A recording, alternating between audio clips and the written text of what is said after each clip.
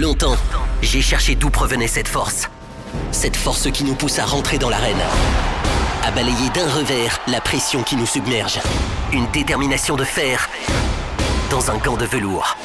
Écouter, motiver, recadrer, ajuster sans cesse les moindres détails, les petits riens qui transforment les rêves en exploits.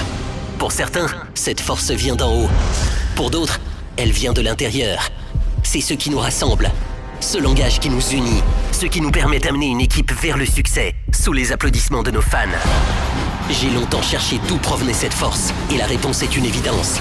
Adafo Media, l'excellence, la perfection, la précision, la référence de la sous-région. Adafo Media, le futur, vivons-le ensemble. Retour ici en studio pour la deuxième et la dernière partie de cette émission. Merci de nous suivre un peu partout dans le monde. Merci de votre fidélité à Radio Espace Guinée. Vous le savez, on en parlait tantôt dans la zone minière de Boké. La cohabitation entre sociétés minières et activités agro-pastorales reste très difficile. Les éleveurs se plaignent d'être laissés pour compte. Ils dénoncent surtout le manque d'espace pour pratiquer leur activité depuis l'installation massive des sociétés minières dans la localité. Que font les structures étatiques en charge de l'encadrement de ces secteurs? Que dit la loi sur la question liée à la réinstallation et à la compensation des communautés impactées? À quels risques sont-elles exposées? Nous avons déjà notre invité ici en studio. Il s'agit de Amadouba, président de l'ONG Action Mine Guinée. Mais d'abord, nous allons partir avec vos réactions parce que vous le savez, nous le disions tantôt, cette émission est aussi interactive. Vos réactions comptent pour le bon déroulement de cette émission. Nous partons avec ce premier message. Bonjour la plus lionne des radios. Moi, c'est Saïdou Yaouki depuis Kindia. C'est vraiment révoltant à écouter cette dame. Pourquoi signer des accords juste pour des yeux doux pour faire des yeux doux, il veut dire aux Occidentaux. Nous partons avec ce deuxième message. Bonjour, c'est Macky Dar es Salam. Un État incapable d'assurer la sécurité des citoyens sur place. C'est en Europe, là-bas, il va le faire. Il faut arrêter de se faire des illusions. C'est la réaction de Macky donc Dar es Salam. Nous partons à présent avec vos messages bien entendu sur Twitter. Cabinet Condé nous les a fait parvenir. Une question pour Espace GG que j'écouterai après. Un recours collectif vers la Cour constitutionnelle est-il recevable pour des candidatures qui ont été individuelles? Kibaro Guinée vote @Lamine Girassi. Bon, bien entendu, c'est sur le hashtag Espace GG. C'est Aloussène Fadiga qui nous pose cette question. Et tout à l'heure, à la pause, pour répondre à votre question, nous avons contacté un juriste qui nous a dit que la loi prévoit des requêtes individuelles, mais bien entendu, si les requêtes se recoupent, les différents candidats donc peuvent décider d'y aller ensemble parce qu'il n'y a aucune loi qui l'interdit. Et nous partons donc avec cet autre message d'excellence Timbo le Guinéen. Bonjour les GG, relative à la promesse faite par le PM pour accompagner les agents de santé afin de mettre fin au Covid-19. Ce PM doit clairement nous dire à qui cet argent a été remis pour ne pas berner ces agents de santé qui ont tout fait pour nous. Hashtag Espace GG. Sekou Cheikh Diakité, la réponse à la question migratoire incombe à 3 États, dont le pays d'origine, le pays de transit et le pays d'accueil. Seule la coopération pourrait résoudre ce problème. Donc, la responsabilité est collective, d'où la présence de l'OIM partout. Hashtag Espace GG. Nous partons avec Augustin Fendouno. Bonjour les GG. Je pense que le bonheur ne se trouve pas qu'en Europe. On peut réussir ici sur le sol de nos ancêtres, mais dommage pour cette nouvelle génération qui croit aujourd'hui que la réussite se trouve ailleurs. Revenez chez nous, mes confrères. Le pays a besoin de vous. Hashtag Espace GG. Nous partons avec Lamine Ramaba. Hashtag Espace GG. Bonjour les GG. Le malheur de la Guinée, c'est d'avoir eu une élite égoïste et malhonnête prête à tout pour se faire plein les poches, quitte même à provoquer des situations insupportables pour les compatriotes. Honte à eux, nous dit Lamine Ramaba. Peuple frustré, Cham, il le dit. Bonjour Madame Hiro, vraiment nous sommes fatigués de politique et des politiciens. Que Dieu protège ma Guinée et les Guinéens. Amin, hashtag espace GG. Ousmane, le noble politologue, hashtag espace GG. Bonjour Diadia, l'État guinéen doit épauler ces jeunes pour être dans les normes. Ça sert à quoi de les rapatrier dans cette misère? Que deviendront-ils? L'État guinéen doit être réaliste en favorisant l'éducation et l'emploi des jeunes pour freiner la migration. Nous partons avec cet autre internaute, Mohamed, le politologue. Bonjour les GG, l'État doit se bouger beaucoup pour le mieux-être de ces jeunes sans repère qui vivent lamentablement aujourd'hui. Et c'est vraiment triste d'appartenir à un pays où tout est prioritaire économiquement, socialement et culturellement. Bérété Mohamed Lamine, bonjour les GG, je vous fais remarquer qu'un immigré clandestin ne peut jamais jouir des mêmes prérogatives que celui qui est dans la légalité. Donc je ne peux pas comprendre que l'État guinéen ne fasse rien pour nos compatriotes immigrés. Un peu de clairvoyance s'il vous plaît, il le dit, hashtag espace GG. Nous partons sur cette autre plateforme sur le 657 39 13 13. Bonjour, c'est Denis Sidibé. Bonjour, le futur PM. Bon, je ne comprends pas trop ce message. Nous partons avec cet autre. Bonjour Diadia, c'est Kanté Mikalilou. Sarakori Aka, votre radio est toujours la meilleure. Nous acceptons des grèves actuellement des médecins. Je ne comprends pas trop. Appliquez-vous pour que vos messages puissent être lisibles à l'antenne. Bonjour les GG, c'est Timbo depuis Kuntia. Le président doit savoir que nul n'a réussi de Dieu le pouvoir de diriger, qu'il fasse attention. Bonjour les GG, c'est Timbo. Voilà, c'est le même message. Nous partons avec cet autre message sur le 657 39 13 13. Bonjour les GG, je vous souhaite un bon débat. J'ai pitié de mon beau pays, la Guinée. Merci, signé Massagui. Cet autre message, bonjour les GG, vous êtes les meilleurs journalistes parmi les meilleurs. Avec vous, la Guinée ira bien. Nous félicitons l'équipe, veut-il donc dire. Nous partons avec cet autre. Bonjour à toutes et à tous. Je me demande si un jour arrivera que ce pays se débarrasse totalement des problèmes. Sinon, au lieu de penser à créer des emplois pour cette jeunesse qui se voit sans avenir en Guinée, on trouve mieux d'aller rapatrier ceux qui tentent par tous les moyens de se débrouiller. Un autre internaute, un autre SMS que nous lisons donc. Bonjour les GG, ce qui est mal en Guinée, seule une entité qui se bat pour la démocratie et qu'on ne fait que les diffamer. Les abréviations, si vous y allez trop fort, c'est compliqué de vous lire à l'antenne. Donc allez-y en écrivant totalement les messages que vous nous faites parvenir. Ça nous permettra de vous lire facilement. Bonjour à l'équipe des GG. Un dernier donc pour terminer, c'est Bitoudi Fassa. Comment un État qui n'a pas pu régler le moindre problème de sa population dans son pays cherche à diviser et à museler sa diaspora? Honte à eux, nous dit donc ce message qui n'est pas signé. Nous revenons donc dans ce studio pour continuer cette émission avec notre invité Amadou Ba qui est déjà installé. Et je le rappelle, il est le président de l'ONG Action Mine. Bonjour Amadou et bienvenue. Oui, bonjour madame et bonjour à chers collègues ici présents dans le studio. Alors Jacques Léo Aleno, on parlait de ce sujet depuis hier. Nous avons cherché à approfondir aujourd'hui en ayant notre invité. Parce qu'il faut bien chercher à comprendre. l'Action Mine, c'est une ONG que nous suivons de loin, mais qui est, si vous voulez, sur les sites miniers. Lorsque vous venez à Boké, Amadou, nous qui sommes à Conakry, nous pensons que il y a des exploitants, donc il y a de l'emploi sur place. Mais vous, quel est le premier regard qui vous frappe lorsque vous arrivez aujourd'hui dans ce que l'État appelle zone économique spéciale? Voilà, merci pour l'invitation.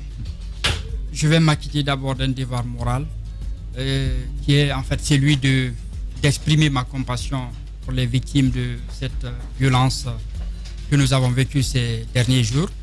Et une fois encore appeler à la sérénité et surtout demander aux instances de l'État de prendre leurs responsabilités pour assurer le vivre ensemble dans notre pays.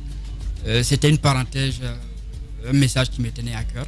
Alors, si nous parlons d'exploitation minière, arrivé à Bokeh, la première chose qui nous vient, à l'idée, c'est ce mouvement de flux financiers, c'est-à-dire des investissements qui pullulent dans la zone, mais qui contrastent avec cette pauvreté, disons, assez expressive de la population, qui a du mal aujourd'hui à sortir la tête de l'eau.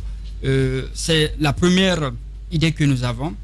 Et quand nous creusons loin, nous avons une population qui est désespérée dans la mesure où aujourd'hui les attentes qui étaient les leurs ne sont pas, disons, au rendez-vous. Parce que l'installation des industries extractives vient avec assez d'attentes, parfois démesurées de la part des populations, avec des promesses des autorités publiques et surtout des entreprises dans le cadre de l'installation des entreprises.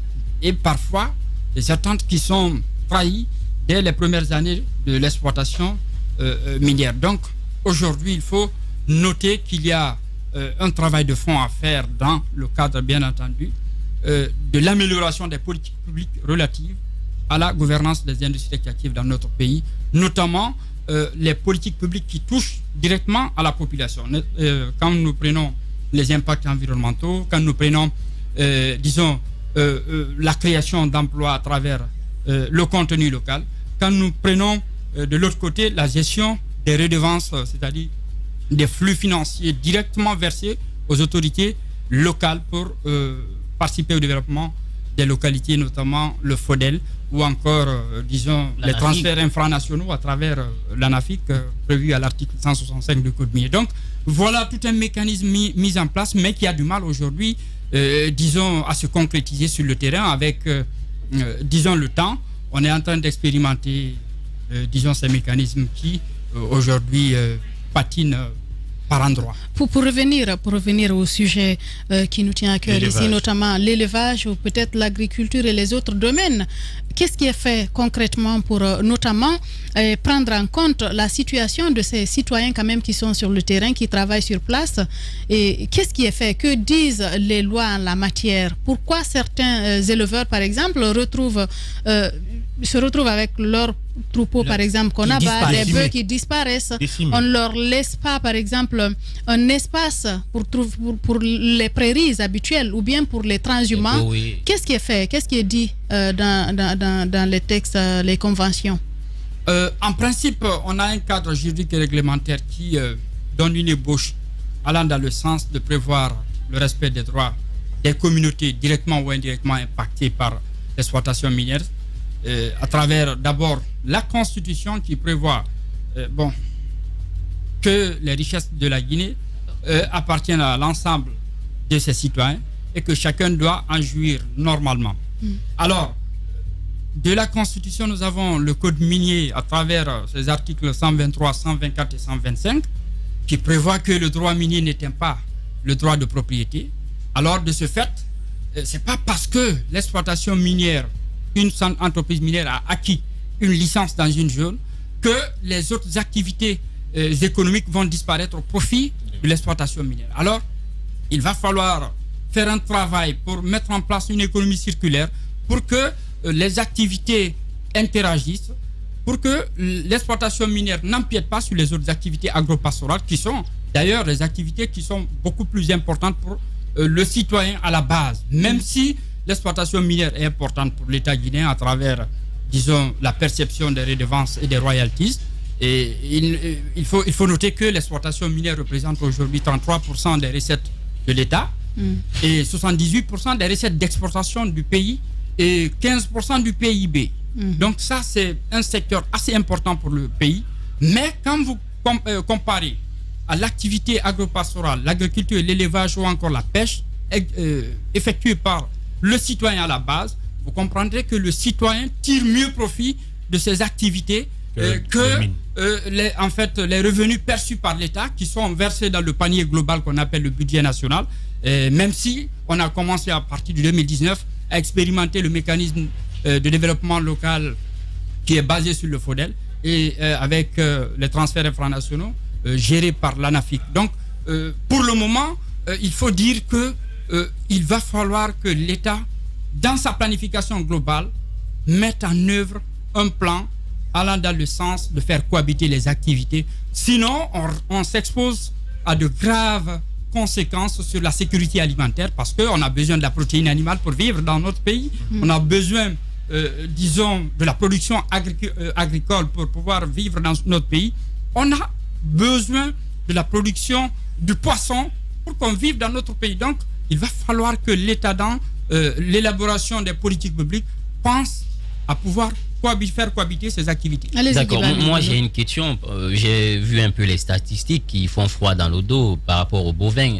On parle des 5 dernières années, de 2000 à 2005, on dit au moins 500 têtes de bœufs ont trouvé la mort, soit par les flux des trains ou des camions qui tombent dans les fosses. Comment expliquer cette situation, sachant que ces industries, ces sociétés sont venues trouver déjà ces acteurs qui étaient sur le terrain? Comment l'État on aurait pu quand même prendre en compte ces aspirations pour peut-être faire un recasement ou en tout cas trouver des points d'eau pour éviter la divagation du cheptel? Oui, là il faut noter, en fait, il faut pointer un doigt accusateur sur l'État qui n'arrive pas, disons, à mettre en œuvre ses politiques. Sinon, en fait, le code minier prévoit qu'il y ait une étude, avant que l'entreprise ne s'installe, qu'il y ait une étude d'impact social et environnemental. C'est-à-dire c'est l'inventaire des impacts, des potentiels impacts susceptibles d'être causés par l'entreprise dans son existence, soit de façon directe ou indirecte aux citoyens. De façon directe, c'est quelqu'un, par exemple, qui perd son habitation, c'est quelqu'un qui perd sa plantation, quelqu'un qui perd, en tout cas, ses activités de subsistance qui lui permettaient de vivre. Donc, que ce soit un éleveur ou un agriculteur, ou quelqu'un qui vient, par exemple, dans un marché hebdomadaire, qui a l'habitude de faire son petit commerce dans un marché hebdomadaire, et que cette localité soit obligée de déguerpir, il faut que l'entreprise prenne en compte tous ces aspects dans son étude d'impact social et environnemental et que ça soit traduit dans les mesures d'atténuation à travers le PGS, le plan de gestion environnementale et sociale. Donc, tout est prévu dans les études. Mais la problématique principale aujourd'hui, c'est comment faire de sorte que les études soient appliquées sur le terrain et que les instances d'encadrement soient en mesure d'avoir un regard assez pointu sur la question. C'est le BGE, c'est le Bureau guinéen d'études et d'évaluation environnementale, qui n'a pas un personnel assez important pour faire le suivi de l'ensemble de ces sociétés minières, de l'ensemble des projets de développement qui nécessitent donc vous êtes en train de dire non seulement l'État n'est pas réactif sur la question,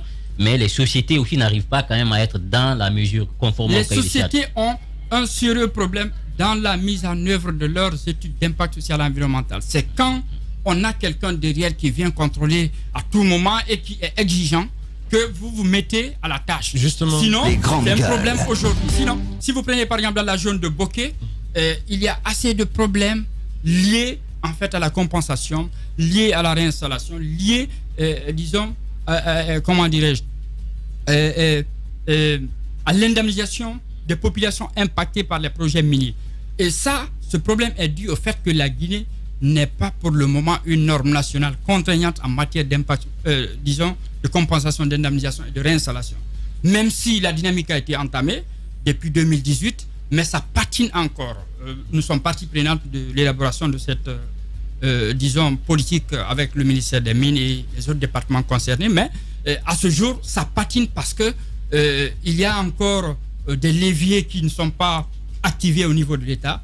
Donc, il est urgent pour l'État guinéen d'avoir cette norme, qu'elle soit inspirée des normes internationales, c'est-à-dire la norme de performance de la SFI, qui est une norme mondialement reconnue, que ça soit inspiré par les principes de l'Équateur, ou encore qu'elle soit inspirée par les directives volontaires pour la gouvernance des régimes fonciers, pour la gouvernance responsable des régimes fonciers du Fonds mondial pour l'alimentation. Donc, il y a tout un national. Si je comprends bien ce que vous voulez dire, matière, oui. Amadou, en fait, par exemple, pour qu'une société minière puisse avoir son autorisation de s'installer, il faut d'abord faire cette étude d'impact environnemental.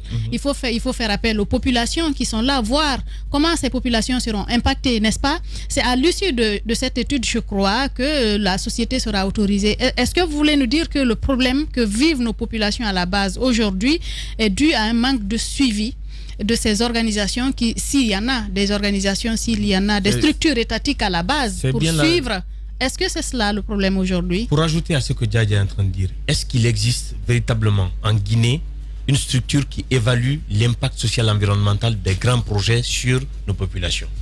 Bien sûr, ça existe, c'est le BG, c'est le Bureau guinéen d'études d'évaluation environnementale qui a cette latitude au regard en fait de la loi. Le problème, c'est à deux niveaux. En amont, c'est que les études d'impact social environnemental en fait des entreprises souffrent de de consultation élargie des populations. Si vous faites une consultation seulement avec les populations directement impactées, qui vont perdre une maison ou une plantation, vous oubliez les éleveurs, vous oubliez les agriculteurs, vous oubliez tous les autres qui gravitent autour. Il y a tout un tas d'activités économiques qui gravitent autour des mines. Oui. Ça, vous allez faucher en fait la donne. Et de l'autre côté, c'est au niveau des structures de contrôle. Il faut que le BGE soit en mesure de contrôler de façon stricte la mise en œuvre des plans de gestion environnementaux des entreprises minières pour que ce qui est inventorié et les mesures qui sont déjà édictées dans cette étude soient appliquées sur le terrain. Et de l'autre côté, il faut en amont que l'État ait, je parlais de planification générale, qu'il y ait en fait, disons, une cartographie des différents cadastres, qu'on sache quelle zone est réservée à l'agriculture, quelle zone est réservée à la pêche, quelle zone est réservée à l'exploitation minière. À l'exploitation minière. Ça, c'est un véritable problème. Donc, il faut qu'il y ait en fait, disons, une visibilité sur cela. Et d'ailleurs, même le citoyen devait avoir cela à travers, disons, une plateforme numérique où vous pouvez tout de suite savoir quelle est la zone dédiée au regard en fait, des perspectives de l'État à l'agriculture, à l'élevage et ainsi de suite. Et plus loin, il y a l'article 306 du Code révisé des collectivités qui prévoit que les collectivités, que ce soit locales ou les collectivités locales plutôt, soient en mesure d'établir un plan d'occupation du sol. Un plan d'occupation du sol dans chaque commune, on devait avoir, disons, ce dashboard, ce tableau de bord qui va nous permettre d'avoir une idée sur... Cela n'existe pas. Pour le moment, je n'ai pas connaissance. Dans les localités, tu peux avoir accès au PDL, au plan de développement local, au PAI, au plan d'investissement annuel, mais pas à ma connaissance pour le moment, disons, un plan d'occupation du sol assez clair qui permet normalement aux éleveurs de savoir votre marge de manœuvre se limite là, et voilà le couloir qui vous est réservé, voilà en fait le couloir qui est réservé à l'agriculture ou à la pêche. Aujourd'hui, dans la zone de Bofa, il y a un conflit latent entre les entreprises minières et les pêcheurs qui voient leurs filets, disons, mais quand même, détruits ce que je n'arrive pas à comprendre. en haute mer. C'est parce qu'on n'a pas pu pratiquement faire cohabiter les activités dans, disons, la planification des politiques publiques. C'est important de le faire en amont avant que les activités ne nous obligent à le faire. D'accord. Ce que je n'arrive pas à comprendre, à un moment donné, l'État parlait de l'existence d'un cadastre minier qui peut-être serait, qui existerait. Est-ce que vous êtes en train de dire ce matin que peut-être le travail n'a pas abouti ou bien ça n'a pas été fait? Non, l'État a un cadastre minier. Aujourd'hui, la Guinée, il faut noter que la Guinée a un cadastre minier performant. Oui. Vos citoyens, vous pouvez aller sur, disons, le site du cadastre minier guinéen, avoir une idée sur un permis qui se trouve à Kissidou ou un permis du côté de Bofa ou du côté de Forêt-Caria tout de suite, la superficie, la date de son octroi, ainsi de suite. Ça, c'est une performance. Et ça, c'est grâce, disons, à la Banque mondiale. C'est la Banque mondiale qui nous a permis d'avoir ce cadastre minier. Mais il n'y a pas que le cadastre minier. On a une multitude de cadastres dans ce pays. Il y a le cadastre pastoral pour l'élevage. Il y a le cadastre, sylvicole, pour nous permettre d'avoir tout cela. Donc, il faut que ces cadastres soient combinés et que chacun soit en mesure de savoir où s'arrête sa marge de manœuvre pour que Alors, pour revenir tout à l'heure, ce que vous disiez est très intéressant, mais est-ce qu'on peut retenir de ce que vous disiez tout à l'heure que si on prend la situation, le problème en réalité, ça se situe parce que cette étude de l'impact social et environnemental n'a pas été effectuée en amont. Donc on peut dire que tout ce problème-là, une étude sérieuse n'a pas été faite. Voilà pourquoi on est dans ça. Parce que avant de parler d'un bureau d'études qui soit là pour contrôler, qui soit derrière ces sociétés minières-là pour voir est-ce qu'ils sont en train de respecter ce qui est dans les normes. Alors, pour qu'on en vienne à ça, il faut d'abord préalablement qu'il y ait une étude qui soit faite, qu'on puisse savoir réellement, voici les impacts sociaux, voici les impacts environnementaux. Les études, je vous rassure que une minute, Amadou, pour terminer. Les études sont réalisées, mais c'est le suivi sur le terrain qui pose assez de problèmes. Et si cela n'est pas fait, si on ne se dote pas, disons, d'un cadre juridique réglementaire contraignant en la matière, les sociétés seront obligées d'appliquer des normes qu'elles veulent, en fait les normes qu'elles veulent. Parfois les sociétés ont leurs propres normes en matière de compensation, et parfois c'est des normes qui ne sont pas assez élevées. Et que doivent faire les populations pour terminer rapidement, parce qu'on est malheureusement pris par le temps. Les populations doivent participer de façon massive à la consultation, exprimer toutes leurs préoccupations, parce que la consultation est faite pour ça. Quand on parle de consultation publique, c'est là où chacun vient exposer. L'éleveur vient exposer ses problèmes, l'agriculteur vient exposer son problème, le cordonnier qui est à côté vient exposer son problème, pour que l'ensemble de ces préoccupations soient centralisées au niveau de l'étude et que des mesures d'atténuation, d'évitement ou de compensation soient prises pour faire de sorte que chacun soit en mesure de vivre dans la localité sans pour autant que l'activité minière n'empiète sur leurs activités. Donc c'est important de le noter. Il revient à l'État de mettre en place un mécanisme performant en la matière et surtout d'être exigeant envers les entreprises minières. J'espère que le message est passé. Je rappelle que vous êtes Amadou Ba. Vous êtes le président de l'ONG Action Mine Guinée. Merci d'avoir accepté de venir dans ce studio pour répondre à nos questions. Merci pour l'invitation, c'est un plaisir. Voilà, nous vous lisons ces deux derniers messages pour terminer. Témoignage de Mamoudou Boulere Diallo, une victime de la COBAD qu'il est, il le dit.